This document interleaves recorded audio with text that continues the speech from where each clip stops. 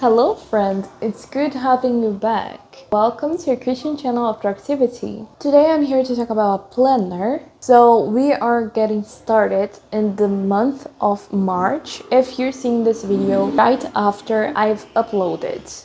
If you're seeing the beginning of a year and the beginning of a month, it's still gonna help you. But let's get started. First of all, I'm gonna tell you how do I make my monthly plan. It's very simple. I put it two main things. The first one is related to the church. So I put it the days that I'm gonna sing in other churches, in my church, for example, and also the days that I'm gonna preach somewhere else. I also put in my planner the things related to YouTube, so the videos that I'm gonna post, the subjects, and all of that. So this is my monthly planner. Let me just put you guys a little bit back. I guess that's better. My weekly planner is organized by 6 days of the week because I don't work or study at Saturdays, so I only put Sunday into Friday. So as you can see, I put in here all 5 days of the week that I mostly work.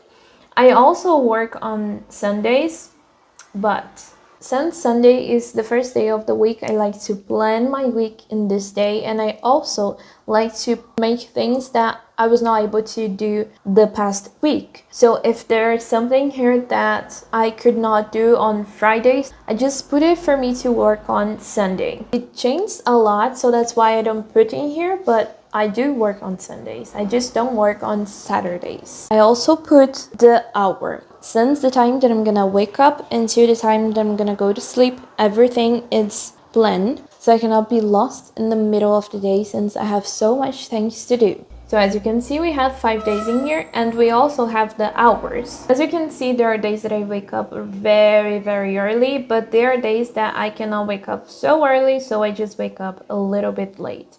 This happens mostly because of the church. So at Sunday, I have meetings on the church. That's why I wake up a little bit late on Monday. Usually I put to work on the articles in the morning because I like to put the work that is really hard in the mornings, so I can work on something that is easier in the afternoon. If you saw the video where I worked for 12 hours straight, you already know that. In the afternoon, I like to work on my YouTube. I like to read and to study a little bit, so that's what I do. But what I think it's really gonna help you to develop your own weekly or monthly plan is to consider your goals when you are structuring your plan. You're gonna see there that I put my goals right on the side. Where is my plan? So then when I'm making my weekly plan, I can consider my goals and understand how many hours I'm gonna dedicate that week to achieve my goals. For instance, one of my goals for this year is to finish the course from Cultiv. So of course that I'm gonna put in my weekly goal to watch the classes from Cultiv. I also want to go to the gym this year, so of course I'm gonna put in my weekly plan a time for me to work out. I'm still working out at home, but I'm organizing myself to go to the gym in a few months, maybe 2 or 3, but I'm going to. As I said in the video where I talk about focus, you have to divide your goals in little parts so you can achieve them every single day of your life or every single week. For me to make the YouTube my only job, I have to dedicate hours of my week to achieve this goal. So that's why I put YouTube in here on my weekly plan to work on the videos by recording, by editing. So that's what you have to understand. I know this is something simple, but try to remember what you have done the past month to achieve your goals. Maybe you set a lot of goals for 2024 and you are not going to achieve them because you are not trying to make little things to achieve those goals. So that's why every single week of this year, I'm going to consider all my goals so I can achieve every single one of them. Of course, that I'm going to show you as well that I have a few tasks to achieve every month. I have tasks that I have to do every single week, like cleaning my desk. I have tasks that I have to do in 15 days, like taking care of my nails. I don't usually paint my nails, but I like to make them look good like this, you know?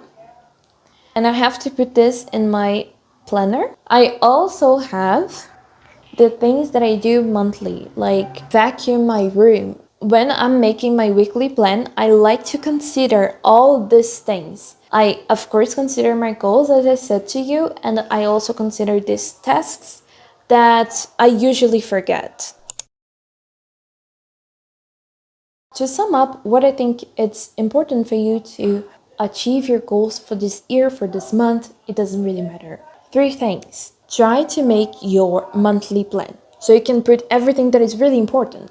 I don't study, but if I was in a college, I would put in my monthly plan the dates of my exams, for example. As I said, I put things related to my church and also related to YouTube, so my job and my spiritual life. Second thing, you have to have a plan for your week. You can plan like I do by using the days that you're gonna work or study, and also by using the hours. This is really interesting because you're gonna know what you're doing with all your hours of the day. Maybe you're wasting 2 hours in a day, and this is like 2, 4, 6, 8, 10, 12. This is 12 hours. Oh my god. This is 12 hours in a week. So when you have a weekly plan, it's gonna be good because you're gonna know what you are doing with your hours. And in this weekly plan, you're gonna have to put the tasks that you have to remember and you usually forget, like cleaning your window. I usually forget to do this, and I only clean like when it's really bad.